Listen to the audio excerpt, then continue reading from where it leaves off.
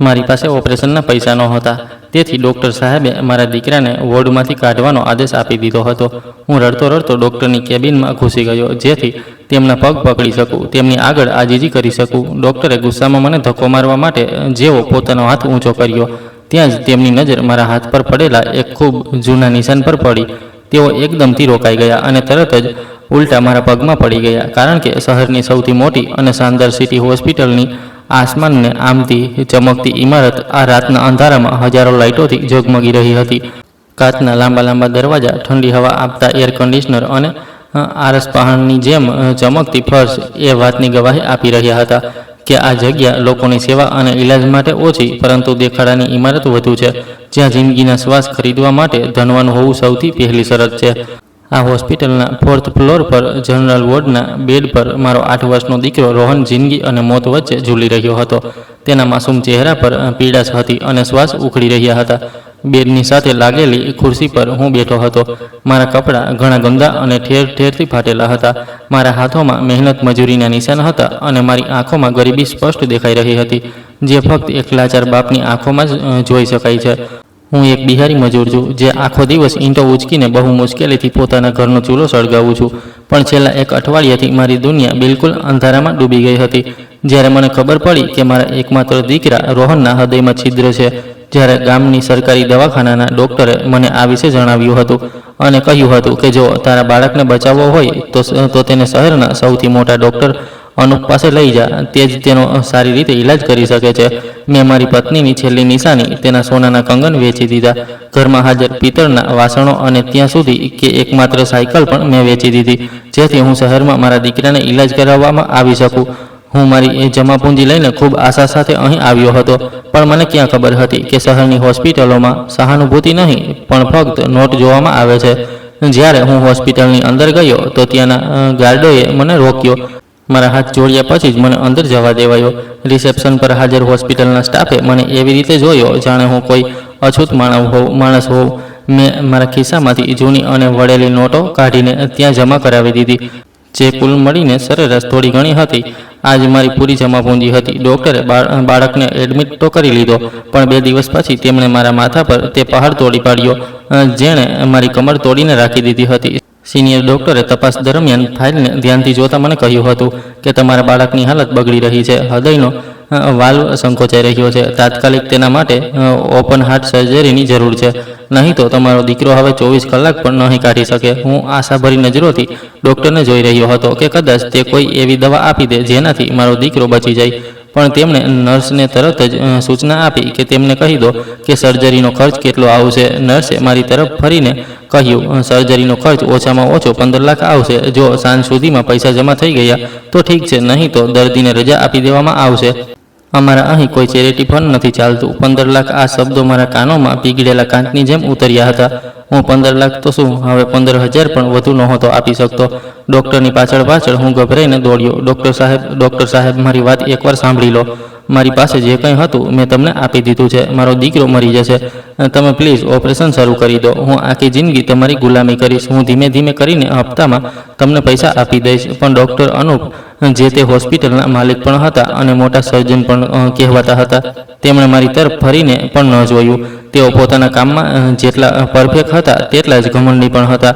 તેઓ અમારા જેવા ગરીબોને ઇન્સાન નહીં પણ કીડા મકોડાની જેમ સમજતા હતા. તેમનું માનવું હતું કે આટલો મોંઘો ઇલાજ કરાવવો ફક્ત તે જ લોકોનો અધિકાર છે જે તેની કિંમત ચૂકવી શકે છે. તેમણે ચાલતા ચાલતા સિક્યોરિટી ગાર્ડને ઇશારો કરી દીધો, જેણે મને ડૉક્ટર પાસે જતા રોક્યો. હું ગેલેરીમાં ઊભો રડતો રહ્યો. લોકો આવતા જતા મને તમાશાની જેમ જોઈ રહ્યા હતા. કોઈ મારા માટે દુઃખ વ્યક્ત કરતું હતું તો કોઈ મોં બગાડીને ત્યાંથી નીકળી જતું હતું. હું પાછો ફરીને મારા દીકરા પાસે આવ્યો અને તેનો ઠંડો હાથ પકડી લીધો. રોહને ઘેરાયેલી આંખોથી મારી તરફ જોયું અને કમજોર અવાજમાં બોલ્યા, પપ્પા, આપણે ઘરે ક્યારે જઈશું? મને અહીં ખૂબ ડર લાગે છે. આ સાંભળીને મારું દિલ ડૂબવા લાગ્યું. મેં મારા આંસુઓને અંદર જ રોકતા તેને જૂઠું કહ્યું, બસ બેટા, ડૉક્ટર સાહેબ તારી દવાઓ બનાવી રહ્યા છે અને જેવો તું ઠીક થઈ જશે આપણે આપણા ઘરે જઈશું અને પછી હું તારા માટે નવા રમકડા પણ લઈ આવીશ. બપોર ઢળવા લાગી હતી અને મારી બેચેની હવે ખૂબ વધવા લાગી હતી. હોસ્પિટલના સ્ટાફે મને સાફ વોર્નિંગ આપી દીધી હતી કે સાંજે 5 વાગ્યા સુધીમાં પૈસા જમા કરાવી દો, નહીં તો પછી આ બેડ ખાલી કરી દો, કારણ કે વેઇટિંગ લિસ્ટમાં બીજા ઘણા દર્દીઓ હાજર છે. જે તમારા કરતાં વધુ પૈસાવાળા પણ છે. હું પાગલોની જેમ હોસ્પિટલમાંથી બહાર નીકળ્યો અને શહેરના રસ્તાઓ પર માર્યો ફરતો રહ્યો.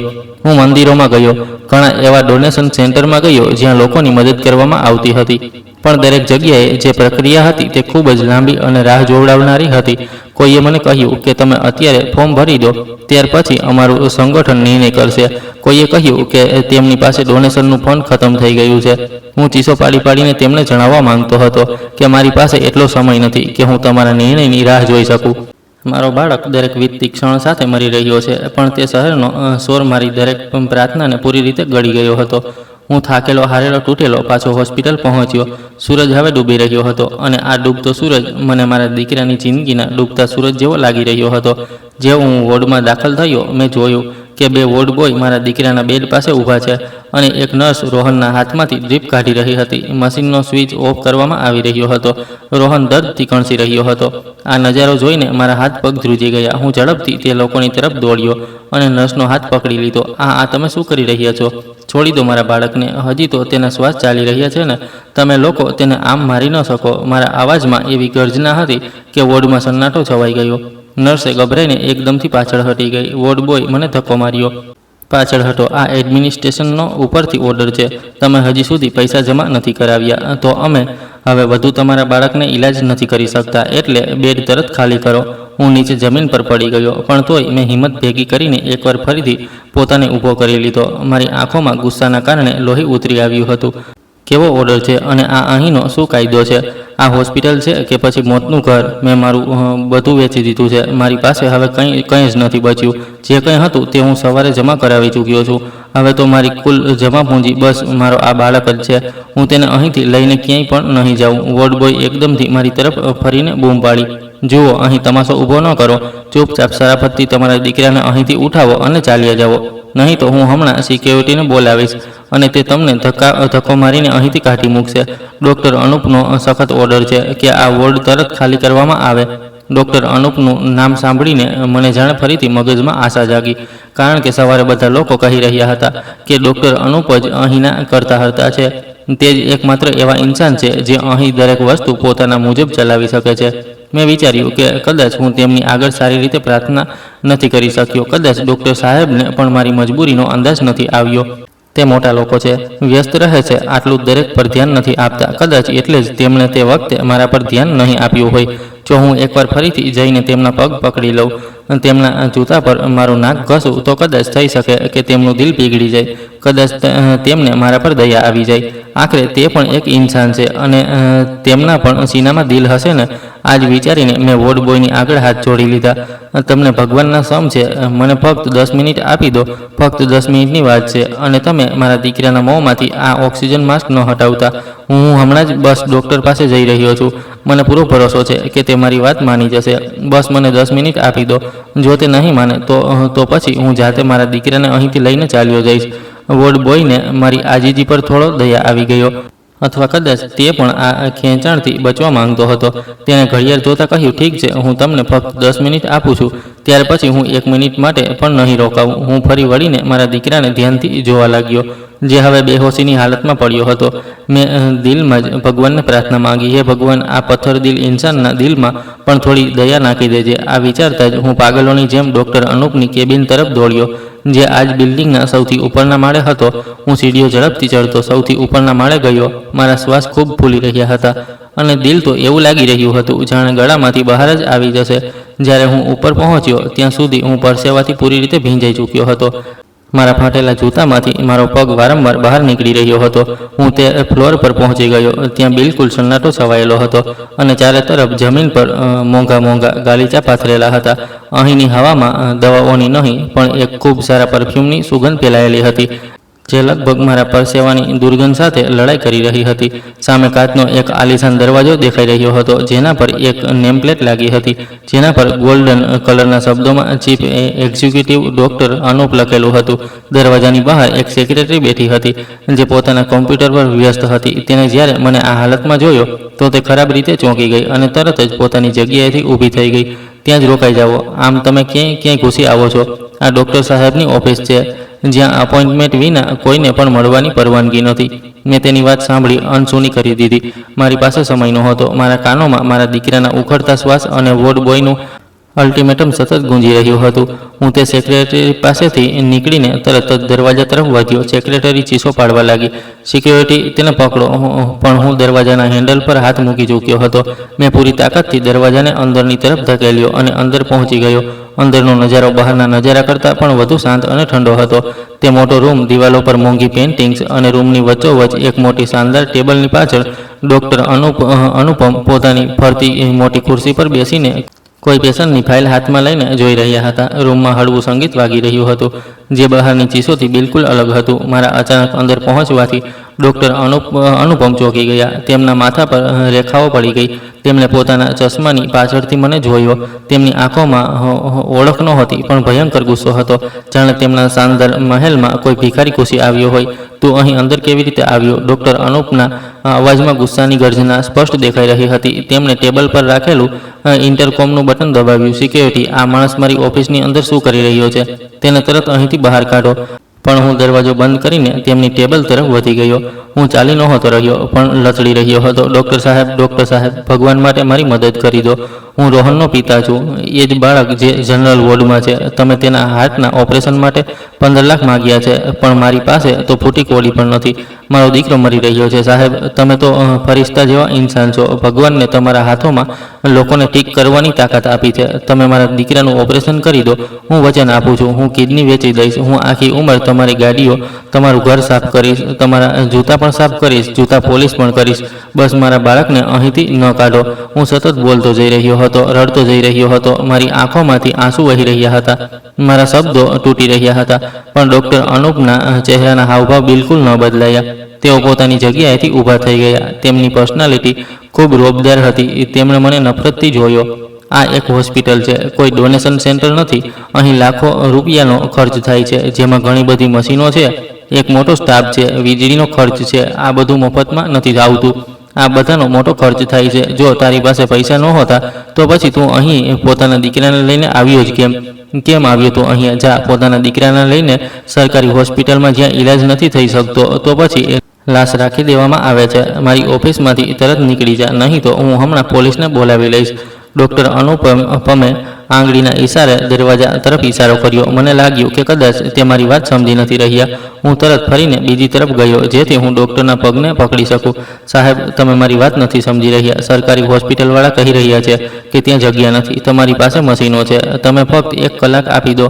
મારા બાળકને મને ભીખમાં બદલે ઓપરેશન આપી દો.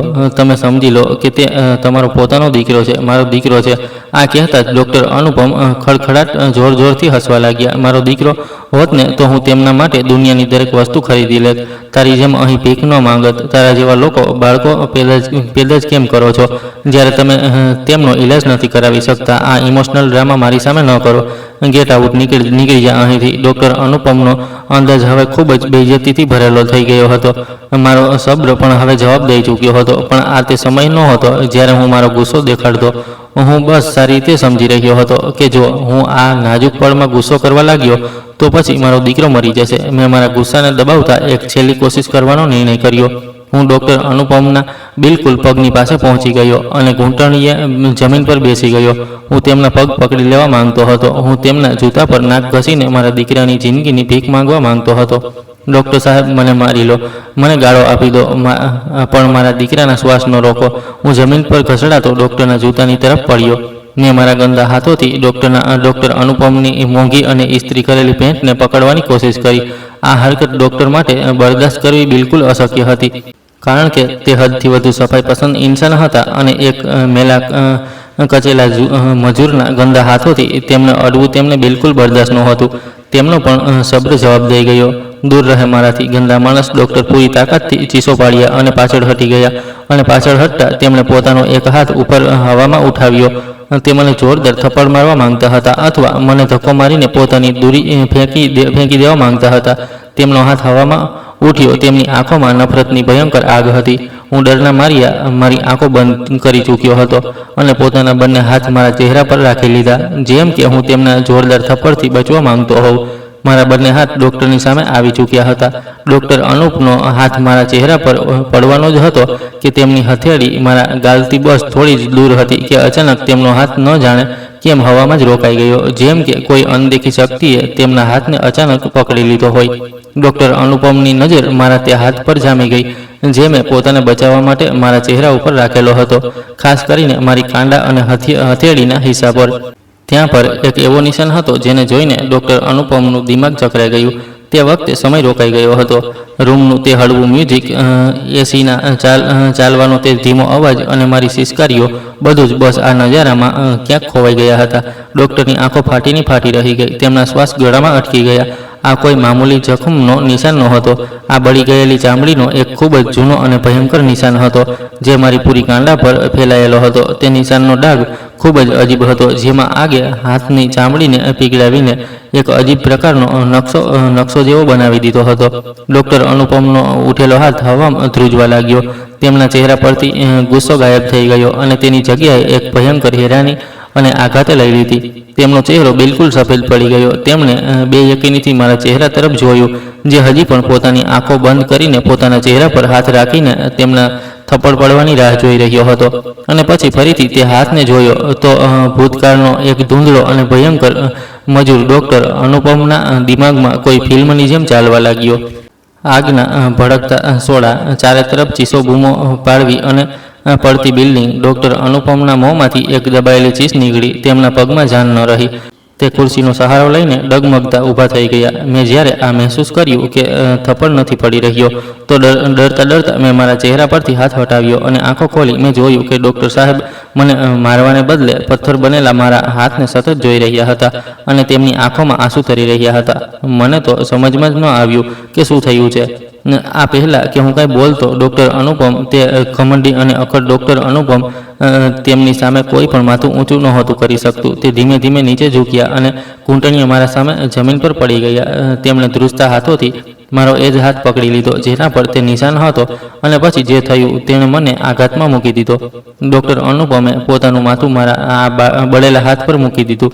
આ તેમનું એક અજીબ રિએક્શન હતું, અથવા કદાચ કોઈ પસ્તાવો. ડૉક્ટર અનુપમની નજર મારી કાંડા પર હાજર તે ભયાનક અને બળેલા નિશાન પર જામી હતી. તે નિશાન સમયની ધૂળમાં ધૂંધળો તો જરૂર થઈ ગયો હતો, પણ તેની તે નિશાની અને તેની પાછળ છુપાયેલી તે દાસ્તાન આજે પણ એટલી જ સાફ હતી જેટલી આજથી 20 વર્ષ પહેલાં હતી. રૂમમાં એક અજીબ સન્નાટો છવાઈ ગયો. સેક્રેટરી અને સિક્યુરિટી ગાર્ડ જે ડૉક્ટરની ચીસો પાડવા પર અંદર દાખલ થયા હતા, તે પણ આ બધું જોઈને બિલકુલ એક જ જગ્યાએ જામી ગયા કે તેમનો તે ઘમંડી અને આટલો મોટો ડૉક્ટર એક મેલા કચેલા મજૂરના પગમાં આખરે કેમ પડેલો હતો. હું પોતે પણ ભયંકર હેરાનીમાં હતો. મેં ગભરાયેલા અંદાજમાં મારો હાથ એકદમથી પાછળ કરવાની કોશિશ કરી, પણ ડૉક્ટર અનુપમની પકડ ખૂબ મજબૂત હતી. પછી અચાનકથી ડૉક્ટર અનુપમે મારો હાથ છોડ્યો અને ત્યાં જ ગાલીચા પર તે બેસી ગયા. આ બધું બિલકુલ એવું હતું જેમ કોઈ ભક્ત પોતાના ભગવાનની આગળ માથું ઝુકાવી દે છે. આના પર ભરોસો કરી શકવો બહુ મુશ્કેલ હતો. એકદમથી ડૉક્ટર અનુપમની સિસકારીઓથી રૂમ ગૂંજવા લાગ્યો હતો. હે ભગવાન, મને માફ કરી દેજે. હે ભગવાન, તારો મારા પર બહુ મોટો અહેસાન છે કે તે મારા હાથને રોકી દીધો. તે મને મારા ઉપર અહેસાન કરનારાનો ગુનેગાર હોવાથી બચાવી લીધો.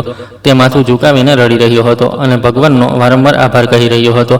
હું તો હેરાનીમાં પડી ગયો. મને લાગ્યું કે શું ડૉક્ટર અનુપમનું માનસિક સંતુલન હલી ગયું છે કે પછી આ તેમની કોઈ નવી ચાલ છે. મેં ગભરાઈને કહ્યું, ડૉક્ટર સાહેબ, તમે આ શું કરી રહ્યા છો? હું તો એક ગરીબ માણસ છું. તમે પોતાનું માથું ભગવાનની આગળ ઝુકાવો, મારા પગમાં કેમ પડી રહ્યા છો? ઉઠો સાહેબ. જો તમે ઓપરેશન નથી કરી શકતા તો મને જણાવી દો. હું મારા બાળકને લઈને જાઉં છું. મારી અવાજે જાણે ડૉક્ટર અનુપમને આ વર્તમાન દુનિયામાં પાછા લાવી દીધા. તેમણે ધીમે ધીમે પોતાનું માથું ઉપર ઉઠાવ્યું. તેમની આંખો લાલ હતી અને ચહેરો આંસુઓથી ભીંજાયેલો હતો. તે ઊભા ન થયા, પણ ત્યાં જ ઘૂંટણીએ બેઠા રહ્યા અને મારા બંને હાથ પકડી લીધા. નહીં ઓમ પ્રકાશ ભૈયા, હું પાગલ નથી થયો, પણ આજે મને પહેલીવાર હોશ આવ્યો છે. તમે મને નથી ઓળખ્યો. ધ્યાનથી જુઓ મને. કદાચ મારી દોલત અને આ સફેદ કોટે મારા ચહેરાને બદલી દીધો છે, પણ તમારી આ નિશાની, તેમણે નરમાઈથી ખૂબ જ પ્રેમથી મારી કાંડાના તે બળેલા હિસ્સાને સ્પર્શ કર્યો. આ નિશાન મને બધું યાદ અપાવી રહી છે. શું તમને 20 વર્ષ પહેલાંનો તે દિવસ યાદ નથી જ્યારે શહેરની સૌથી મોટી સ્કૂલમાં આગ લાગી હતી? સ્કૂલ અને આગનો ઉલ્લેખ સાંભળતા જ મારા દિમાગમાં એક ધમાકો થઈ ગયો. મારી આંખો ફેલાઈ ગઈ. 20 વર્ષ જૂની તે જે દબાયેલી ચિંગારી રાખમાં હતી તે ધીમે ધીમે ભડકવા લાગી. હા, મને યાદ હતું. હું તે દિવસોમાં એક જવાન મજૂર હતો અને તે સ્કૂલની પાસે બનેલી એક બિલ્ડિંગમાં કામ કરતો હતો. જ્યારે સ્કૂલમાં આગ લાગી હતી તો ભાગદોડ મચી ગઈ હતી. સ્કૂલના લોકો અને બાકીનો સ્ટાફ પોતાનો જીવ બચાવીને ભાગી રહ્યા હતા. પણ મેં સાંભળ્યું હતું કે કેટલાક બાળકો હજી પણ અંદર ફસાયેલા છે. મેં મારા જીવની પરવા કર્યા વિના તે ભડકતી આગમાં કૂદી ગયો હતો. મને યાદ આવ્યું કે એક ક્લાસરૂમમાં એક નાનું ગભરાયેલું બાળક હતું જે ડેસ્કની નીચે છુપાઈને રડી રહ્યું હતું અને છત પરથી એક લાકડાનો ભારે અને બળતો બીમ તે બાળક ઉપર પડવાનો જ હતો. મેં એક સ્ફૂર્તિલા ચિત્તાની જેમ છલાંગ લગાવી હતી અને તે બળતા બીમને પોતાના આ હાથ પર રોકી લીધો હતો. તે બીમ ખૂબ જ વજનદાર હતો અને તે વખતે આગની લપેટોથી બળીને ધગધગી રહ્યો હતો. મારા હાથની ચામડી અને તે બળતરા મને આજે પણ યાદ છે. મેં તે બાળકને બચાવવા માટે તે ભારે બીમ ત્યાં સુધી પોતાના હાથ પર રોકી રાખ્યો જ્યાં સુધી તે બાળક ત્યાંથી નીકળી ન ગયું. આ બધામાં મારો હાથ હંમેશા માટે એક બળેલા નિશાનની ઓળખ બની ગયો. તે બાળક બચી ગયો હતો અને હું દર્દથી તડફડતો ટોળામાં ક્યાંક ખોવાઈ ગયો હતો અને મેં ક્યારેય તે બાળકને ફરીથી નહોતો જોયો અને ન જ તેના બદલામાં મને કંઈ મળ્યું તેની કોઈ આશા રાખી હતી. પણ આ તો મેં ઇન્સાનિયત અને ભલાઈના નાતે કર્યું હતું, કારણ કે જો હું આવું ન કરતો તો કદાચ હું મારા ભગવાન સાથે નજર નહોતો મેળવી શકતો. પણ આજે ડૉક્ટર અનુપમની વાતો સાંભળીને મારા હોઠોમાંથી અચાનક નીકળ્યું, તે બાળક તે તું હતો, તે નાનું બાળક તું. ડૉક્ટર અનુપમે આ વાત પર માથું હલાવ્યું અને પછી મારા હાથોને પકડી લીધા. હા, ઓમપ્રકાશ ભૈયા, હું એ જ અનુપમ છું, એ જ બાળક જેનો જીવ તમે તમારો હાથ બાળીને બચાવ્યો હતો. મને યાદ છે જ્યારે તમે મને ખોળામાં ઉંચકીને બહાર લાવ્યા હતા તો હું તમારા બળતા હાથને જોઈને પોતાની જાત સાથે આ વચન લઈ લીધું હતું કે હું મોટો થઈને ડૉક્ટર બનીશ અને લોકોના દુઃખ દર્દને વહેંચીશ. મેં તે વચન પૂરું તો કર્યું. હું ડૉક્ટર તો બની ગયો, પણ સાચું તો એ છે કે હું ઇન્સાન ન બની શક્યો. હું આ દુનિયાદારી અને રૂપિયા પૈસાની ચમકમાં એ ભૂલી ગયો હતો કે મારો આ જીવ તમારી આપેલી ભીખ છે, જે હાથે મને મોતના મુખમાંથી કાઢ્યો હતો. આજે હું તે જ હાથને ઠુકરાવી રહ્યો હતો. હું એટલો નીચે પડી ગયો કે પોતાના જીવ બચાવનારાના દીકરાને જીવ બચાવવા માટે તેની પાસેથી પૈસાને લઈને સોદાબાજી કરી રહ્યો છું. ડૉક્ટર અનુપમનો અવાજ ભરાઈ આવ્યો. સેક્રેટરી અને ગાર્ડની આંખોમાં પણ નમી આવી ગઈ અને ડૉક્ટર અનુપમ અચાનકથી ઊભા થઈ ગયા. હવે તેમના અંદાજમાં તે ઘમંડ નહોતો, પણ એક અજીબ સ્ફૂર્તિ અને જુસ્સો હતો. તેમણે પોતાની સેક્રેટરી તરફ જોયું અને જોરથી બોલ્યા, હજી તું અહીં ઊભી થઈને મારું મોં શું જોઈ રહી છે? તરત ઇમરજન્સી ટીમ તૈયાર કરો. મારો જીવ બચાવનારનો દીકરો નીચે મરી રહ્યો છે અને તમે લોકો અહીં ઊભા છો. તે મારો હાથ પકડીને પોતે દરવાજા તરફ વધ્યા. મારી સાથે ચાલો ઓમપ્રકાશ ભૈયા, આજે તમારા દીકરાને કંઈ જ નહીં થાય. જ્યાં સુધી મારા જીવમાં છેલ્લો શ્વાસ બાકી છે હું રોહન પર આંચ પણ નહીં આવવા દઉં. તે એટલી જલ્દીમાં હતા કે મને લઈને લિફ્ટની જગ્યાએ સીડીઓથી જ નીચે ભાગવા લાગ્યા, કારણ કે લિફ્ટની રાહ જોવી હવે તેમના માટે જાણે બેચેન કરી દેનારી હતી. ત્રીજા માળથી વોર્ડ સુધીનું અંતર તેમણે બસ થોડી સેકન્ડમાં જ પાર કરી લીધું હતું. વોર્ડમાં હજી પણ એ જ હાલત હતી. વોર્ડ બોય સ્ટ્રેચર લઈને આવી ગયો હતો અને રોહનને શિફ્ટ કરવાની તૈયારી કરવામાં આવી રહી હતી કે આ દરમિયાન ડૉક્ટર અનુપમ તોફાનની જેમ વોર્ડમાં દાખલ થયા. રોકાઈ જાઓ. તેમનો અવાજ કોઈ સિંહની ગર્જના જેવો ગુંજી ઉઠ્યો. વોર્ડ બોય અને બધી નર્સો ડરી ગયા. ડૉક્ટર અનુપમે આગળ વધીને વોર્ડ બોયને ધક્કો માર્યો, જે રોહનના પલંગ પાસે ઊભો હતો. ખબરદાર, જો કોઈએ પણ આ બાળકને હાથ લગાવ્યો. આ કોઈ સામાન્ય દર્દી નથી, આ મારો દીકરો છે. આ હોસ્પિટલનો સૌથી ખાસ દર્દી છે. ડૉક્ટરે આગળ વધીને રોહનની નસ જોઈ. તેની નસ ખૂબ જ ધીમી ચાલી રહી હતી. તેમણે તરત નર્સને ઓર્ડર આપ્યો, કાર્ડિયક સર્જરી ટીમને તરત ઓપરેશન થિયેટરમાં પહોંચવા માટે કહો. અને સાંભળો, ડૉક્ટર રિહાન, ડૉક્ટર નીતિન, પૂરી સિનિયર ટીમ મને ત્યાં જ જોઈએ. 5 મિનિટની અંદર ઓક્સિજનનો ઇંતજામ તરત કરવામાં આવે અને તેને તરત જ ત્યાં શિફ્ટ કરો. આખો સ્ટાફ હેરાન હતો કે જે ડૉક્ટર હજી 10 મિનિટ પહેલાં આ દર્દીને કાઢવાનો ઓર્ડર આપી રહ્યા હતા, હવે તેના માટે આખી હોસ્પિટલને માથે લઈ રહ્યા હતા. પણ કોઈની પણ એટલી હિંમત નહોતી કે ડૉક્ટર અનુપમને આ સવાલ પૂછે અને એટલે જ તેમનો ઓર્ડર મળતા જ તરત તેમના આદેશને પૂરો કરવામાં આવે. રોહનને તરત સ્ટ્રેચર પર સુવડાવવામાં આવ્યો અને ડૉક્ટર અનુપમ પોતે પોતાના હાથોથી સ્ટ્રેચરને ધક્કો મારતા ઓપરેશન થિયેટર તરફ લઈને ભાગ્યા. હું તેમની સાથે સાથે ભાગી રહ્યો હતો. મારી આંખોમાં હજી પણ મૂંઝવણ ચાલી રહી હતી કે આ બધું જે પણ થઈ રહ્યું છે તેના પર હું ભરોસો કરું કે ન કરું. ઓપરેશન થિયેટરના દરવાજા પર પહોંચીને ડૉક્ટર અનુપમ રોકાઈ ગયા. તેમણે મારા ખભા પર હાથ મૂક્યો અને બોલ્યા, ઓમપ્રકાશ ભૈયા, તમે અહીં બહાર બેસો. ભગવાનને પ્રાર્થના કરો, 20 વર્ષ પહેલાં તમે મને બચાવ્યો હતો અને આજે હવે મારી કસોટી છે, હું મારો પૂરો જીવ લગાવી દઈશ. પણ સાચું તો એ જ છે ને કે જિંદગી અને મોત તો ભગવાનના હાથમાં છે. બસ ભગવાનને તમે દિલથી પ્રાર્થના કરજો અને તેમને કહેજો કે તે મને આજે એટલી તાકાત આપે કે હું તમારું દેવું ઉતારી શકું. મેં ધ્રુજતા હાથોથી ડૉક્ટરના માથા પર હાથ મૂક્યો અને કહ્યું, જાઓ, ભગવાન તમને એટલી શક્તિ આપશે. મેં ત્યારે પણ જે ઇન્સાનિયતનો સંબંધ નિભાવ્યો હતો, જે ભલાઈ કરી હતી, તે ભગવાનના નામ પર જ કરી હતી અને આજે પણ હું તેની પાસેથી જ માંગીશ. ડૉક્ટર અનુપમ અંદર ચાલ્યા ગયા અને પછી લાલ રંગની બત્તી ચાલુ થઈ ગઈ. ઓપરેશન થિયેટરની અંદરનું માહોલ ખૂબ જ તણાવથી ભરેલું હતું. રોહનનું હૃદય ખૂબ જ વધારે કમજોર થઈ ચૂક્યું હતું. આ એક ઓપન હાર્ટ સર્જરી હતી જે સામાન્ય હાલતમાં 4 થી 5 કલાક સુધી લઈ લે છે, પણ અહીં દરેક વીતતી ક્ષણ ખૂબ કિંમતી હતી. ડૉક્ટર અનુપમે મોજા પહેર્યા અને પોતાના સ્ટાફને એક નજર જોયો. તેમણે માસ્કની પાછળથી પોતાની ટીમથી કહ્યું, આજે આપણે ફક્ત એક સર્જરી નથી કરી રહ્યા, પણ આજે આપણે મારો જમીર બચાવવાની કોશિશ કરી રહ્યા છીએ. આ બાળકને બચાવવું મારું જિંદગીનું સૌથી મોટું મિશન છે. ઓપરેશન શરૂ થયું. ડૉક્ટર અનુપમના હાથ મશીનની જેમ ચાલી રહ્યા હતા, પણ તે સતત ભગવાનનું નામ લઈ રહ્યા હતા. સર્જરી દરમિયાન ઘણીવાર એવી પળો આવી જ્યારે મોનિટર પર લીટી સીધી થવા લાગી હતી. રોહનનું હૃદય તેનો સાથ છોડી રહ્યું હતું. પૂરી ટીમના માથા પર આ જોતા જ પરસેવો આવી ગયો હતો. એક મોકો તો એવો આવ્યો જે જુનિયર સર્જનને માયુસ થતાં કહ્યું, સર, બાળકનું બ્લડ પ્રેશર ઘણું ઘટી ગયું છે. અમને એવું લાગી રહ્યું છે કે અમે તેને ગુમાવી રહ્યા છીએ. પણ ડૉક્ટર અનુપમે હિંમત ન હારી. તે સતત પોતાનું કામ કરી રહ્યા હતા અને ભગવાનનું નામ પણ લઈ રહ્યા હતા. એ ભગવાન, મને આજે શર્મિંદા ન કરતો, આ ગરીબ બાપની આશાને ન તોડતો. ભલે તું મારી બધી કમાણી, મારી બધી શોહરત લઈ લે, પણ આ બાળકના શ્વાસ પાછા આપી દે. તેમણે આજે પોતાની જિંદગીનું સૌથી મુશ્કેલ પ્રોસિજર કર્યું હતું. તેમણે તે ખૂબ જ બારીક નસોને જોડી જે સામાન્ય આંખોથી તો દેખાતી પણ નહોતી. બહાર લોબીમાં હું એસીની હવામાં બેઠો બેઠો સતત રડતો જઈ રહ્યો હતો. હું ભગવાનને કહી રહ્યો હતો, હે ભગવાન, જો મારી તે 20 વર્ષ જૂની ભલાઈની તારી નજરમાં જરા પણ કિંમત હોય તો મારી આજે તું પોકાર સાંભળી લે. મારા દીકરાને નવી જિંદગી આપી દે. મેં ક્યારેય પણ તારી પાસેથી કંઈ જ નથી માગ્યું. આટલા દુઃખો છતાં પણ મેં તારી પાસેથી ક્યારેય કોઈ ફરિયાદ નહોતી કરી અને જે મેં ભલાઈ કરી તેના બદલામાં પણ હું તારી પાસેથી કંઈ નહોતો ચાહતો. પણ આજે હું તારી સામે મારા હાથ ફેલાવીને બેઠો છું. ધીમે ધીમે ઘણા કલાકો વીતતા ગયા અને રાતનો છેલ્લો પહોર પણ શરૂ થઈ ચૂક્યો હતો. હોસ્પિટલમાં ખામોશી છવાઈ ગઈ હતી, પણ ઓપરેશન થિયેટરની બહાર સતત મારા ધીમે ધીમે પ્રાર્થના કરવાના અવાજ સંભળાઈ રહ્યા હતા. આખરે 6 કલાકના લાંબા સંઘર્ષ અને કોશિશ પછી મોનિટર પર એક ઊંડો બીપ બીપનો અવાજ સાંભળવા લાગ્યો. આ કોઈ સામાન્ય અવાજ નહોતો, પણ એક નવી જિંદગીનો અવાજ હતો. આ એક આશાનો અવાજ હતો. ડૉક્ટર અનુપમે ઊંડો શ્વાસ લીધો અને ખુરશી પર બેસી ગયા. તેમના હાથ ખરાબ રીતે ધ્રુજી રહ્યા હતા, પણ આ ધ્રુજારી ડરની નહોતી, કોઈ થાકની નહોતી, પણ ખુશીની ધ્રુજારી હતી. ભગવાનનો આભાર માનવાની નિશાની હતી. તેમણે પોતાનો માસ્ક ઉતાર્યો અને ધીમેથી હસ્યા. રોહન ખતરાથી બહાર હતો. તેમણે પોતાની ટીમને ધન્યવાદ કહ્યું અને પછી પોતે બહારની તરફ ચાલી પડ્યા. જ્યારે ડૉક્ટર અનુપમ ઓપરેશન થિયેટરમાંથી બહાર નીકળ્યા તો તેમના સફેદ કોટ પર લોહીના કેટલાક છાંટા સ્પષ્ટ દેખાઈ રહ્યા હતા, પણ તેમના ચહેરા પર એક અજીબ ચમક દેખાઈ રહી હતી. હું દરવાજા તરફ મોટી આશા અને ટકેલી નજરોથી પહેલાથી જ બેઠો હતો. ડૉક્ટર અનુપમને જોતા જ હું તરત ઊભો થઈ ગયો. મારા હોઠ ખરાબ રીતે ધ્રુજી રહ્યા હતા.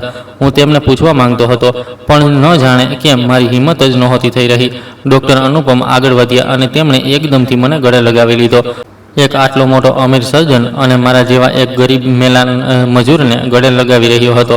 આ નજારો તો જોવા જેવો હતો. અભિનંદન ઓમ પ્રકાશ ભૈયા, ભગવાને તમારું બલિદાન અને મારી પ્રાર્થનાઓને સાંભળી લીધી. રોહન હવે ખતરાથી બહાર છે. તેનું હૃદય હવે બિલકુલ યોગ્ય રીતે કામ કરી રહ્યું છે. આ સાંભળતા જ જાણે મારા પગમાં જાન ન બચી. હું ત્યાં જમીન પર બેસીને ધ્રુસકે ધ્રુસકે રડવા લાગ્યો.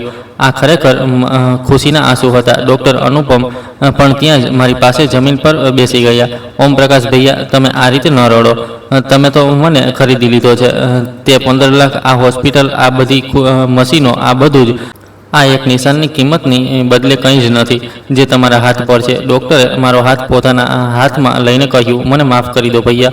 હું દોલતના નશામાં આંધળો થઈ ગયો હતો. હું ભૂલી ગયો હતો કે ઇજ્જત પૈસાથી નહીં પણ ચારિત્ર્યથી મળે છે. તમે 20 વર્ષ પહેલાં મને નવી જિંદગી આપી હતી, એટલે કે તમે મારી જિંદગીનું કારણ બન્યા હતા અને આજે પણ તમે મને એક નવી જિંદગી આપી છે. આજે તમે મારા મરેલા જમીરને જીવતો કરી દીધો છે. જો આજે હું રોહનને કંઈ થવા દેતો તો પછી હું આખી જિંદગી પોતાને માફ ન કરી શકત. મેં અનુપમના આંસુ લૂછ્યા અને કહ્યું કે ભગવાન ખૂબ મોટો રચનાકાર છે. તમે જુઓ, તેણે આપણી મુલાકાતનું આ કઈ રીતે જરિયો બનાવી દીધું. હું તો ખુશ છું કે મારો તે નાનો અનુપમ આજે આટલો મોટો ડૉક્ટર બની ગયો છે. મને કોઈ પણ ફરિયાદ નથી, પણ ડૉક્ટર અનુપમનું દિલ હજી ભરાયું નહોતું. તેમણે આ વખતે પોતાના ખિસ્સામાંથી ચેકબુક કાઢી, પણ પછી તે રોકાઈ ગયા. તેમને એ અહેસાસ થયો કે આ બલિદાનની કિંમત પૈસામાં લગાવવી બેઇજ્જતી થઈ જશે. તેમણે તરત જ ચેકબુક પાછી રાખી અને એક નિર્ણય કર્યો, ઓમપ્રકાશ ભૈયા, રોહન હવે ફક્ત તમારો દીકરો નથી, પણ તે મારો પણ દીકરો છે. તેની પરવરિશ, તેનું ભણતર અને તેનું ભવિષ્ય હવે બધું જ મારી જવાબદારી છે. અને ફક્ત આજ નહીં. ડૉક્ટર અનુપમ આ બધું કહેતા ઊભા થઈ ગયા અને હોસ્પિટલના સ્ટાફ તરફ મોં ફેરવતા કહ્યું, જે ત્યાં ભેગો થઈ ગયો હતો, બધા લોકો ધ્યાનથી સાંભળી લો.